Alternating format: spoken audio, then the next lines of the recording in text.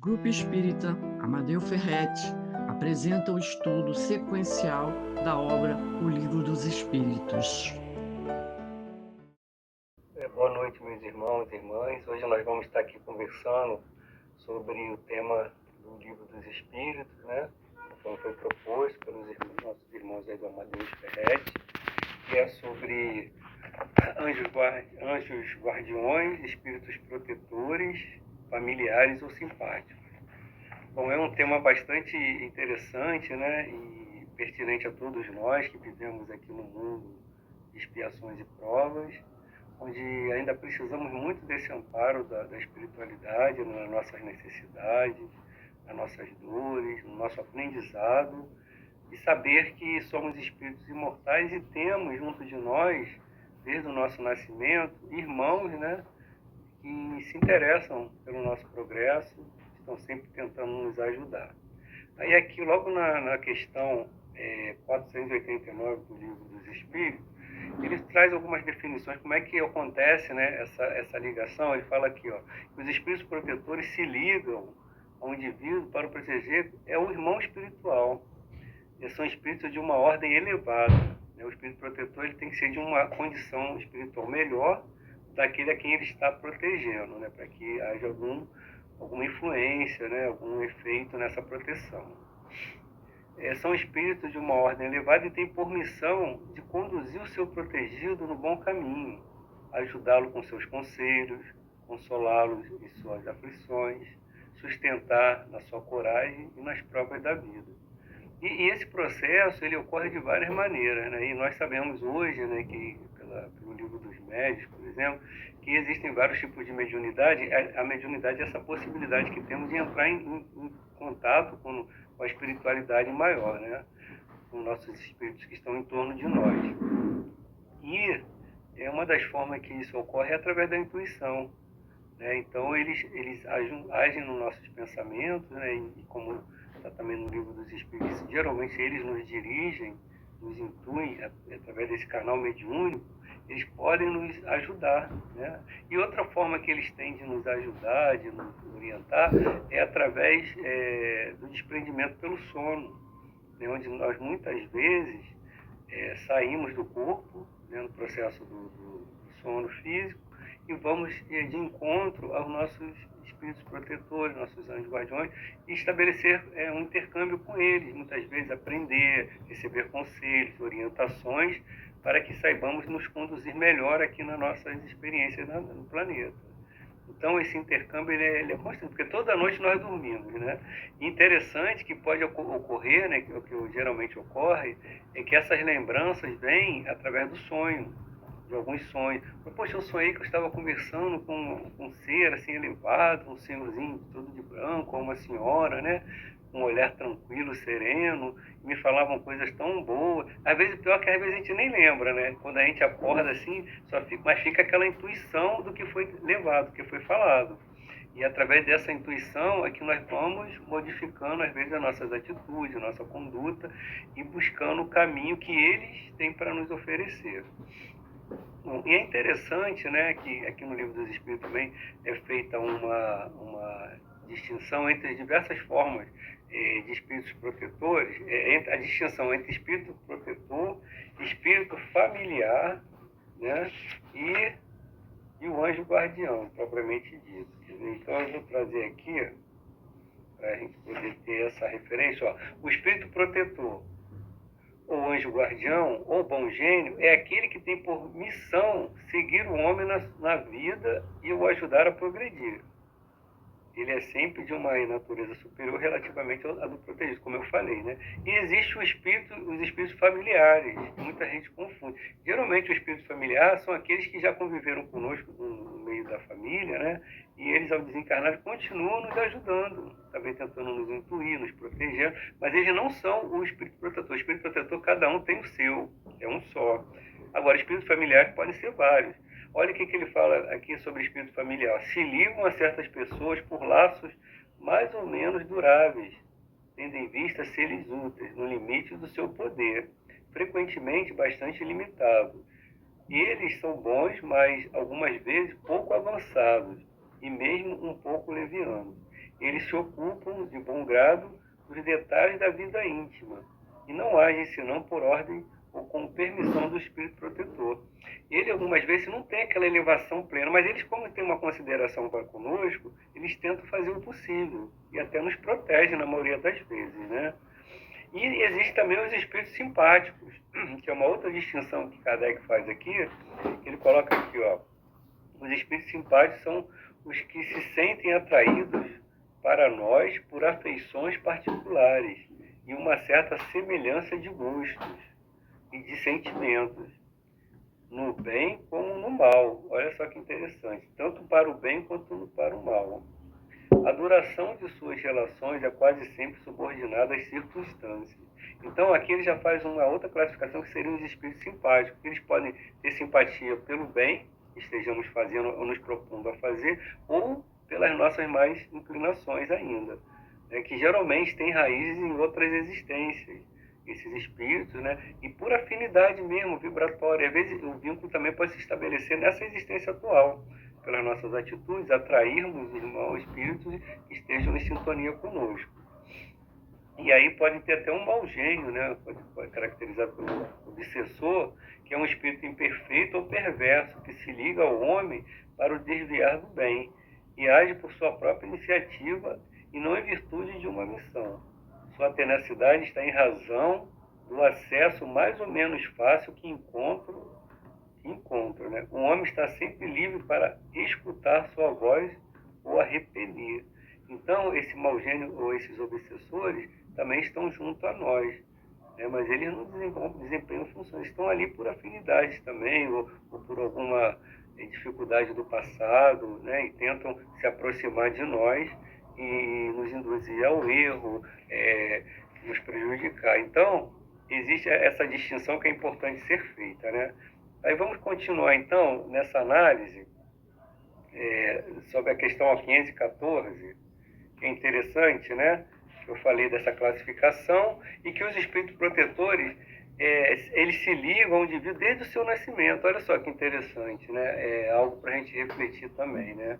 E esse processo de ligação, ele se dá através do planejamento reencarnatório, né? E antes de nós reencarnarmos, né, muitas vezes, ao chegarmos no plano espiritual, muitas vezes em situações não muito agradáveis, não muito boas, o nosso anjo guardião, ele já junto conosco, ele já vai fazer um planejamento da nossa próxima encarnação, para nos ajudar, né, a lidar com as situações que precisamos vencer. Aí ele coloca aqui, ó, eles participam da nossa programação reencarnatória, orientam nas escolhas das provas, das expiações, nos ajudam nas realizações de tarefas no bem. Então, até nas tarefas que a gente muitas vezes vem para uma determinada programação, né, de realizar algo, eles também participam desse processo. E quando nós chegamos aqui, passando pela fase infantil, né, existe toda uma orientação na fase da adolescência, depois na fase adulta, quando já estivermos em condições de exercer uma tarefa, uma atividade, ou fazermos um determinado curso, uma profissão, escolha de uma profissão ou de uma religião, eles estão ali, ó, tentando nos guiar, nos intuir, para que a gente não saia muito daquele roteiro estabelecido. Claro que não é um fatalismo, mas sim é uma probabilidade, né, um estudo feito antes de reencarnar sobre escolhas nossas, muitas vezes, né? Nós escolhemos, junto com eles, foi feito todo um planejamento para que onde nós poderemos render mais, buscar a nossa evolução através daquelas tarefas, ou através de uma expiação determinada, ou através de uma prova que precisamos passar. E tudo isso é para o nosso progresso, para o nosso bem, né, para a nossa melhora espiritual. Aí, continuando, ele coloca aqui que os espíritos protetores não abandonam totalmente o seu protegido quando os seus conselhos não são ouvidos. Eles retornam quando são chamados. Então, muitas vezes eles tentam nos intuir, nos orientar, e nós não damos ouvido, nós muitas vezes não os escutamos. Mas eles não nos abandonam totalmente, eles ficam ali tentando, né, de alguma forma nos intuir, nos protegendo, para que a queda não seja muito grande, né? A gente pode lembrar assim, dessa situação, do caso do espírito André Luiz no livro Nosso Lar, né, que é sempre uma referência para nós, E o André Luiz estava lá na região umbralina, quando ele chega no plano espiritual, e ele estava numa situação de sofrimento muito grande, até que, né, e os espíritos protetores estavam ali junto dele, mas não estavam conseguindo ter acesso. Até que num determinado momento ele consegue fazer uma prece, uma oração, e quando ele consegue fazer essa prece, essa oração, o socorro chega. O socorro espiritual chega para ele e ele consegue ser resgatado ali daquela região e é levado para o hospital em nosso lar.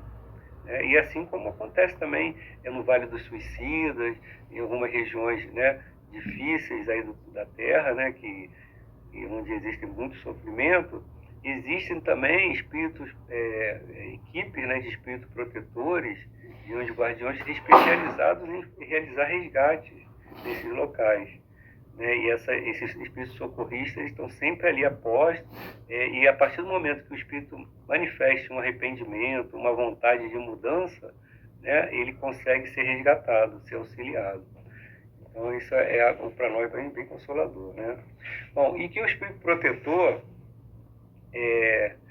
que consegue conduzir o seu protegido no bom caminho sente-se feliz quando obtém sucesso nos seus esforços. Isso aqui é algo interessante que também está lá numa das questões, né, do Livro dos Espíritos. Quando ele consegue ajudar, né, o seu protegido, ele se sente bem, né? Agora, e quando ele não consegue, né, ele não vai ser responsável pela queda daquele indivíduo, né? Ele fez o que foi possível.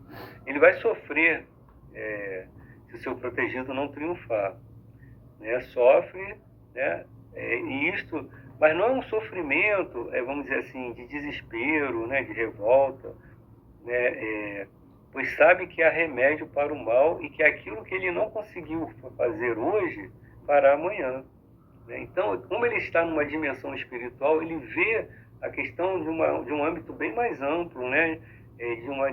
Através do desprendimento, ele consegue vislumbrar que aquele espírito, naquele momento, ele ainda não está conseguindo, mas ele sabe até, alguns percebem mais assim, aquela previsão mais para o futuro, né? Em que momento ele vai conseguir sair daquela situação e dar a volta por cima, né? Como a gente costuma falar, e sair daquela situação de desequilíbrio.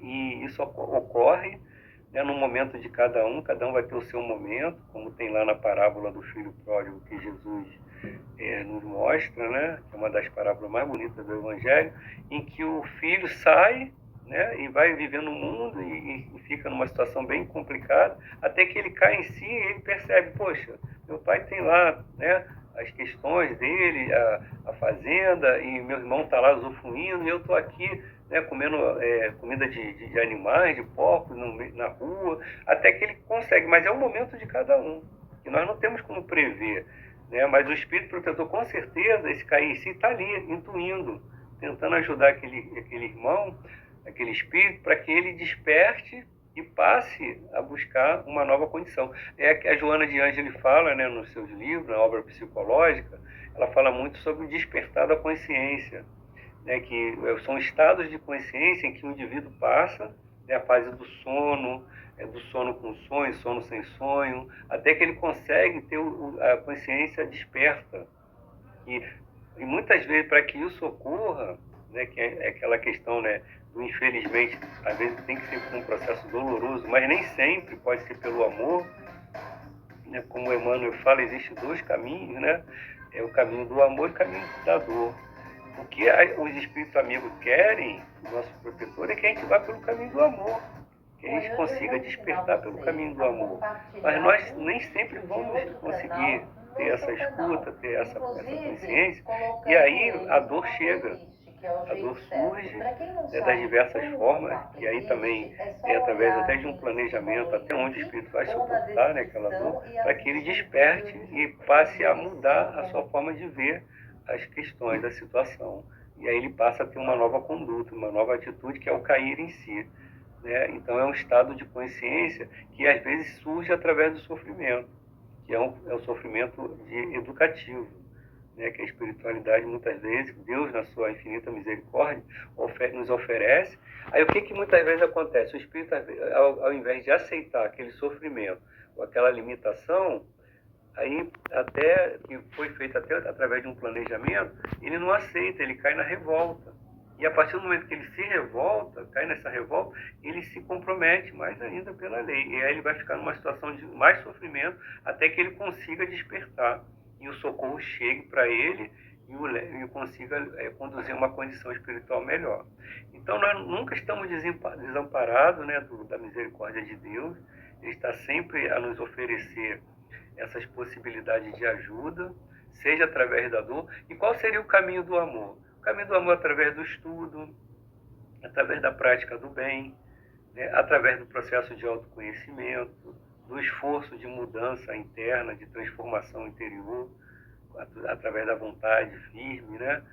Hoje nós temos, através da doutrina espírita, várias possibilidades, né, de estudo, de mudança, de ajudar o nosso irmão em situações piores, e a partir daí a gente também vai conseguindo modificar a nossa própria maneira de ser, e através dessas situações nós vamos conseguindo uma melhora, né? É através do amor, que é um caminho mais leve, como Jesus fala: vinde a mim todos vós que estáis cansados e sobrecarregados, que eu vos aliviarei. Tomai sobre vós o meu jugo e aprendei de mim, que sou manso e humilde de coração, e encontrarei refúgio, né, consolo para vossas almas.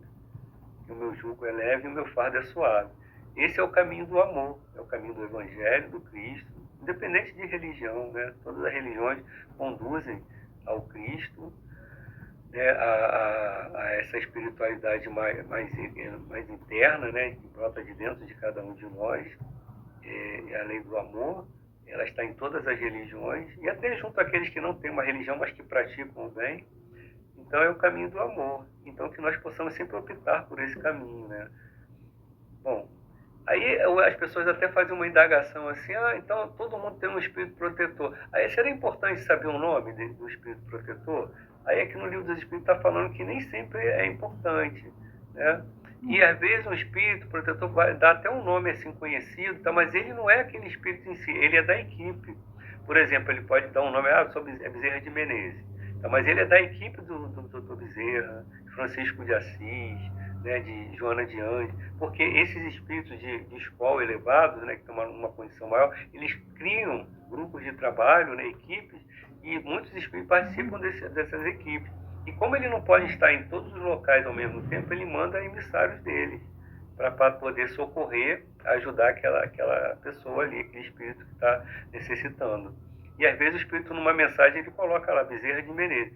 Pode ser ele, sim, claro. E a gente tem que sempre, que quando recebe uma mensagem do espírito protetor, que se diz protetor, a gente tem que analisar o conteúdo. Será que Bezerra de Menezes, ou o seu assessor, o seu auxiliar, ele realmente falaria dessa maneira? Ele daria esse tipo de orientação? E aí, porque pode acontecer também a questão da mistificação, que um espírito tome o lugar daquele que se diz protetor e dá orientações totalmente equivocadas, que é o que tem acontecido, né? Até na psicografia de livros, de orientações para as direções das casas, ou do próprio movimento espírita.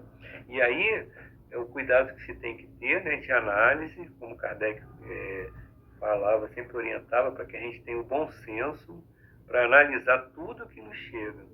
Analisar com critério, com cuidado, antes de publicar, e antes de divulgar aquela mensagem, e ver se realmente é daquele espírito que está se colocando naquela condição, né? Porque sabe que alguns espíritos não vão falar qualquer coisa, vão dar uma orientação, às vezes, totalmente descabida, né? Então nós temos que analisar usando a razão, o bom senso, né? Para que a gente não caia nesses enganos, né? Bom, então, seria importante citarmos também que existem espíritos protetores ligados a famílias, ligados a bairros, né, a cidades, a países e até de planetas, como Jesus, né, que é o governador espiritual do nosso planeta, ele que nos acompanha desde a criação do planeta. E existem vários tipos de espírito protetor. Aqui no Brasil, se coloca que Ismael é o anjo guardião protetor do nosso país, né? E tem vários outros de vários países, e até o nosso mundo está muito precisado, né, dessa ajuda dos nossos anjos guardiões, os mentores, que eles possam intuir os nossos governantes, né, para que tenhamos a paz, né, sairmos dessa sintonia da guerra, né, do terror, da violência, para que a gente consiga conduzir o planeta, né, para a sua regeneração, para a regeneração que surge primeiramente dentro de nós, dentro de cada um de nós. A partir do momento que a gente consiga modificar a nossa forma de agir, a gente vai conseguir levar o planeta a uma condição melhor. Nós estamos passando nesse momento de transição planetária, né, onde mais do que nunca se faz necessário esse esforço de cada um de nós, essas atitudes de amor, de compreensão, de perdão, de esforço do bem, de nos transformarmos efetivamente em instrumento da paz, né, sermos promotores da paz onde estivermos, para que haja mudança. Claro que a gente não vai conseguir isso de uma hora para outra. E se nós não conseguirmos, não devemos desanimar, né? Devemos sempre buscar essa sintonia com o nosso anjo guardião, pedir a força, o amparo, para que eles continuem nos ajudando, nos intuindo, para que possamos, no tempo mais breve, termos essas atitudes incorporadas em nós e que elas se manifestem naturalmente, né, diante de cada situação, de cada desafio que a existência coloca para nós, né? Bom, e aí eu peguei aqui, né, um trechinho que está aqui no livro dos Espíritos, que eu acho interessante de nós lermos, que fala sobre, deixa eu pegar aqui, uma mensagem de Santo Agostinho, que está aqui na questão 495, São Luís de Santo Agostinho, né? Ele fala aqui, ó, é uma doutrina que deveria converter os mais incrédulos, essa doutrina do anjo guardião, né, que tem uns espíritos protetores junto a nós, deveria converter os mais incrédulos pelo seu encanto e pela sua doçura, a dos anjos guardiões. Pensar que se tem sempre perto de si seres que vos são superiores, que estão sempre aí para vos aconselhar, vos sustentar, vos ajudar a escalar as ásperas montanhas do bem, que são os amigos mais seguros e mais devotados do que as mais íntimas ligações que se possa contrair sobre esta terra. Não é uma ideia bem consoladora? Então ele faz essa indagação e é isso mesmo, né? Sabemos que temos esses amigos junto a nós, em momentos difíceis, e estão sempre tentando nos ajudar, é algo consolador.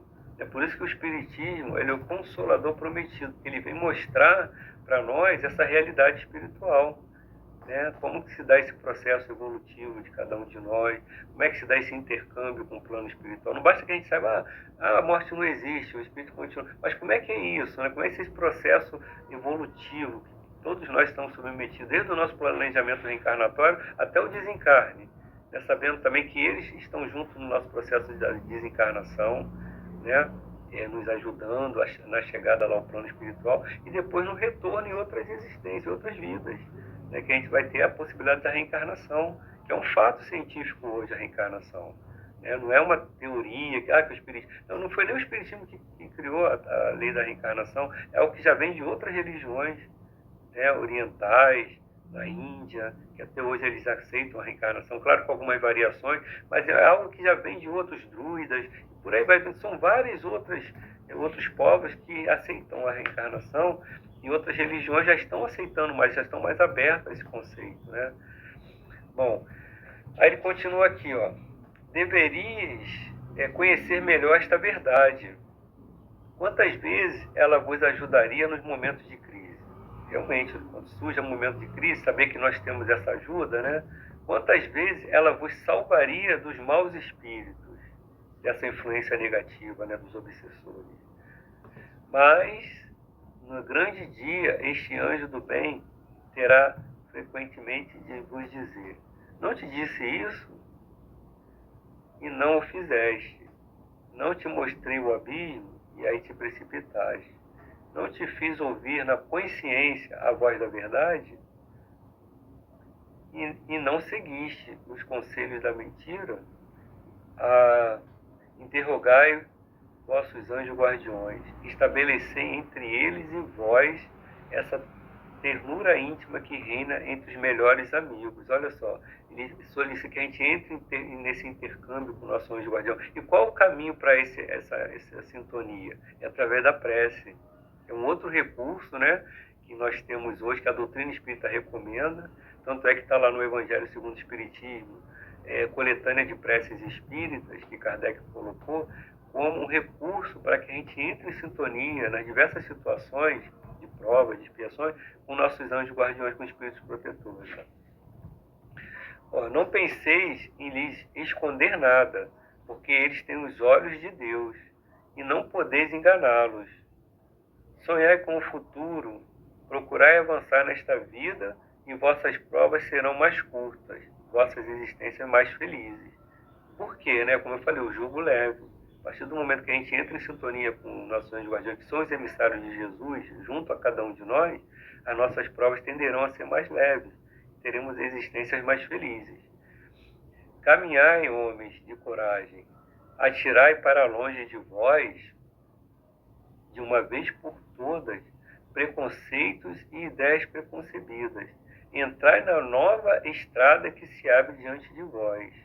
Marchai, marchai, tende guias, segue-os. O objetivo não vos pode faltar, porque esse objetivo é o próprio Deus. Então, ele nos fala, né, para que a gente tire para bem longe os preconceitos. Por que existem esses preconceitos? Porque, infelizmente, muita gente não consegue ainda compreender o papel do espiritismo, né, desse intercâmbio com o mundo espiritual.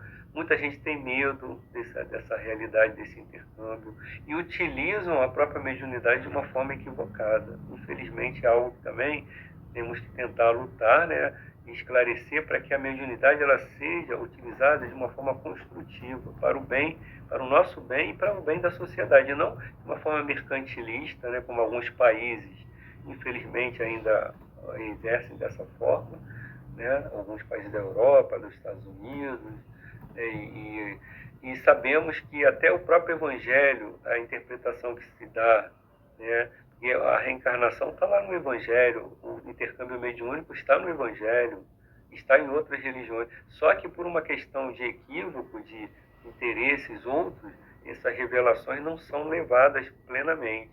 E a doutrina está aí lutando, né, tentando mostrar essas verdades. Não é que sejamos donos da verdade, é a verdade das leis que regem a nossa vida, ao qual todos nós estamos submetidos. Né? Seja o pastor, seja o padre, seja o líder religioso, seja o caso, né, das diversas religiões, né, os líderes das diversas religiões, todos estão submetidos a essas leis, né, do renascimento, do desencarne, a lei da evolução, desse intercâmbio com o anjo guardião. Como foi falado no início, todos nós, cada um tem o seu anjo guardião, independente de religião. Interessante. E nós vamos ter um contato com ele no desencarne. E vamos avaliar como foi a nossa última encarnação. Né? Ao chegarmos lá, vai haver o despertamento, né? Livre do corpo, livre dos condicionamentos sociais. E aí vamos avaliar com ele, você lembra que você prometeu isso, você ficou de seguir, fazer, e você não fez. Ou então você só fez até aqui. Então você vai ter que voltar numa outra oportunidade. Ou então você está de parabéns, você é um completista, você conseguiu completar 80%, 90% do que você prometeu, do que você planejou. Olha que satisfação para o espírito, como aquele aluno que aplica o conhecimento e tira uma boa nota, né? Consegue, né, ascender a um novo grau de acadêmico, né, vamos colocar assim, ou numa condição de trabalho, consegue ser promovido, consegue atingir uma visão mais ampla da vida. E ao chegarmos no plano espiritual, claro que não é uma cobrança, não é algo assim, é um processo natural. Você vai ver que você conseguiu estar bem consigo mesmo, com a sua consciência, você venceu uma imperfeição, você ajudou as pessoas a superarem, você ajudou na divulgação dos ensinamentos do Espiritismo, do Evangelho do Cristo. Olha que satisfação íntima, né?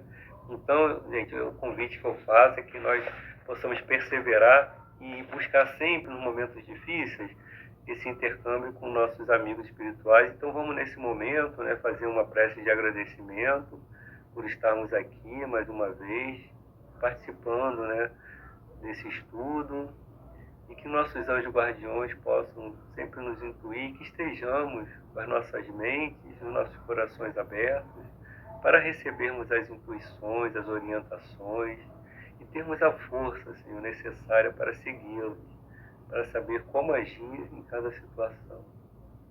Pedimos por esses que estejam em sofrimentos maiores, que estão no desespero, estão no desequilíbrio, as diversas situações da drogadição, do suicídio, da loucura, da violência, da maldade, dos processos obsessivos, Senhor.